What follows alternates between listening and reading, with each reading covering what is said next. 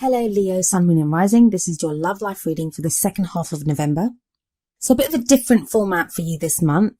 It is a one-off. I'll go back to the way I usually read from next time. But there is an explanation in the description if you want to know why the readings are slightly different this time. But for now, I'm going to jump straight into your reading. The overriding energy of your reading is the Seven of Cups. Now the Seven of Cups here, it can speak of having different options, not knowing which one to pick. As we can see, there's a guy here looking at a variety of cups, all with different contents. And it's like he's trying to decide which one he wants or, which one he needs. Cups are all about emotions. So it's going to be which one's emotionally fulfilling. We might want more than one cup. We might think more than one cup will make us happy. So it often indicates a time of rationalizing and analyzing. And I know that sounds very kind of head oriented, but it is very much about your feelings. As much as we may love one thing or one way of life or whatever it is, we can't pursue all avenues. We have to pick one that is right for us. And it may be that you may be having to pick one person that's right for you, or a way forward with your partner, or the kind of person that you want to be with. So it is that now you're deciding what to do. Now the only kind of negative that comes along with the Seven of Cups is when we're trying to do that, because it is a very emotional card, we can sometimes get lost in fantasy, like daydreaming and thinking, but wouldn't it be wonderful if I was with this kind of a person, or if my partner was like this with me? And I know some readers say don't get lost in fantasy, don't get lost in these kinds of delusions. I don't think they're necessarily bad. I think a lot of us don't daydream enough. We can get so lost in perceived problems of here and now. We don't dream enough or look ahead enough or try to decide what it is that we want. I think before we can make any goal, any dream, anything come true, we need to first have that dream. We have to know what feels good to us. What would we do if it was like a perfect fantasy? What would we want from that? And then I think it comes down to blending that into our everyday life and making it work in the reality of what our lives are. So I think that's the kind of overriding energy for Leo. It's that hopefulness, that kind of dreamy quality to it. And if you look at the bottom of this card, there's that kind of smokiness, and that's always given me a dreamy quality to this card as well. But don't get lost in it. Don't retreat from real problems that you have in your love life into fantasy. That would be wrong. So what's at the heart of your reading is the Strength card. Now look at the Strength card. We have this lion depicted on the card, and obviously you being Leo, your sign is the lion. This lion has wounded its paw, and we see this lady very gently and very effortlessly helping the lion. She doesn't even need to do anything. She's not afraid. And it's that strength. It's that strength of, whereas the lion is the kind of powerful, strong animal that could destroy that girl if the lion wanted to. It's the girl that's the one that's saving the day here, that's able to help the lion. And she's not doing it for any kind of brute force.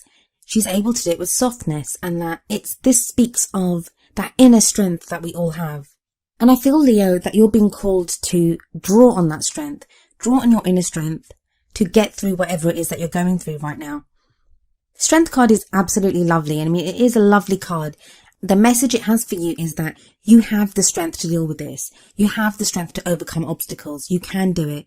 And it will be that inner strength that gets you through it. You don't need to be verbally strong. You don't need to shout. You don't need to argue. You don't need to be forceful. Just that resolve, that inner resolve and strength, that quiet strength is going to get you through this. The only bad thing about the Strength card, which I always say, is that as great of a card as it is, the fact that the Strength card comes up tells me that you need strength at this time. It wouldn't be asking you or reminding you about your strength if you didn't need to use that strength. So I kind of feel like a lot of Leos are having to draw on that inner strength and to use it to go through whatever you guys are going through. The past energy that you've just come through is the Five of Swords. That can be conflict. There may have been arguments. You may have had to find yourself fighting for something. You may be battle weary now. You might have even won the battle. You might have gotten the person that you wanted to be with. Achieved something with your partner, found the person that you want to be with.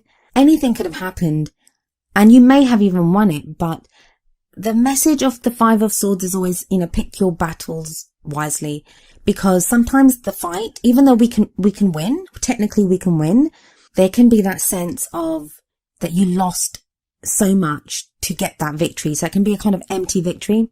So a lot of you may be feeling kind of weary after that, or just having gone through the time of conflict. That's what's kind of knocked you down and made you feel not so great. But I feel like no matter how you're feeling now, there are rewards coming from that.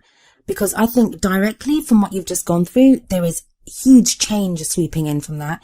And that's shown to me in the form of the Death card, which is your present energy. The Death card speaks of transformation and change. What the card tells us is that the death here is the death of an old situation and the birth of a new situation. Now, for some of you, that's going to mean relationships ending, or relationships that have ended, but now there's like changes that you're going through to get through that. And that can be like a grieving period associated with this card, because we mourn what has been lost. The things that die away with the Death card, or the things that leave us, are the things that no longer serve us. And they have to go, and they have to leave our lives so that there is room for new to come in. But by all means, I always say, like, when there is that change, give yourself that time to grieve over what has been lost before you look to the new. In fact, if we look at this card, there's a man standing by a gravestone. The only thing that I would say is don't get too caught up on that which is lost, because ultimately the new that comes in, it's going to be even better than that which has been lost. The energy that's coming in the future is the Three of Cups. The Three of Cups is quite a light-hearted energy, and I really do like it. It can be that whole, our social network, the support and love of friends. If we look at this card here, we see there's three people kind of just sitting around, having a glass of wine together, talking about things. And it can be that. It can be knowing that you're loved, knowing that you're supported, having that support network that helps us to move forward. Now, you may receive this support and love from your partner, or from someone that may just be your friend now, but you're interested in maybe progressing further. Or maybe if you've gone through a breakup and you've gone through this difficult time, you may need your friends to remind you that you deserve love, that they love you. And it doesn't always have to be a romantic partner that makes us feel loved. Sometimes just knowing that we're loved by our friends, our family, by anyone, it reminds us that, yeah, we are people that are worthy of love. We need love in our lives too. Why shouldn't we be loved? And that there are people that love us. Sometimes we need that reminder. And I think the energy that's coming in now is going to remind you of that, Leo. I think for whatever reason, you've forgotten that. You've forgotten how much people love you. Our brave, beautiful Leos. You give so much love and shower so much attention on so many people that, yeah, why wouldn't someone do the same thing for you? So if you have that network of friends, and even if it's your partner, even if you're connecting with your partner at more of a friends level, like you guys decide to do something fun together, enjoy it. Enjoy the attention. The reason I say that to you is I feel like once you get that support network in place, once you realize how loved you are and that there are people that love and support you, you're going to go into no bullshit mode. And the reason I say this is that the Queen of Swords comes up in the crowning energy, and that's the energy that you'll take into December with you. Queen of Swords doesn't put up with any kind of shit. She has her sword there, and she cuts away at, the lies or the half-truths, or, she cuts away at things to get to the truth, to get to the marrow of the issue, to find out what really is happening. So whereas like this, we start off with the Seven of Cups, like a confusion, not knowing what you want, not knowing which way to go. If things have been unclear with your partner, this is going to be that time when you try to find out the truth. You try to get at the answers. If it's with someone that maybe you guys have been kind of flirting with each other, but you're not really sure what's been happening, this is the time where you'll be like, hey, what's happening? Are we doing this or not? Like, maybe not in those words, but you understand what I mean. This is just about needing to know. And I think that once you're more grounded, once you're more stable, once you know yourself, that you are loved and that you have support, and that, because the Three of Cups energy, what it's going to do is it helps you. It's the strength. It gives you strength. It's that strength to take on any problems that are in your love life. It will remind you that you can have the love that you want. So don't be afraid. If the Queen of Swords is not your energy, then it may be that you're dealing with an air sign. That would be an Aquarius, Gemini, or Libra. At any rate, this person, you may find them, you may consider them to be quite cold, quite blunt. They're very intelligent and they love to debate and discuss, but there may be that emotional side lacking, and that may be what you need. But again, with the Strength card there, with the Three of Cups there, I think you'll be able to deal with this energy. So if it's not your energy, if it's someone else's, I think you'll be in a place to deal with it. Moving on to your oracle cards. The first one from the Romance Angels cards is you deserve love. You are lovable. And that's kind of like what the Three of Cups is reminding you as well. You are lovable. And I think it's time that you remember that. And it's so unlike Leo not to. It's so unlike Leo to have forgotten that. It's so unlike Leo to have to be reminded of that. Leos are so proud and know their own worth, know what they're about. And I always think, my poor Leos, what have you been through to get to a place where, you need to be reminded that you deserve love? But you do deserve love. You do deserve it. And I kind of feel like the energies, it may be from now, and remember I am recording this in the first half of November, but definitely like for the rest of November and going into December, you're in a place where you're more certain that you deserve love. Now what that means is that you're not going to let someone treat you badly. You're not going to let someone, fob you off or not let you know what's there. You'll demand that you're loved the way you deserve to be loved. Good on you.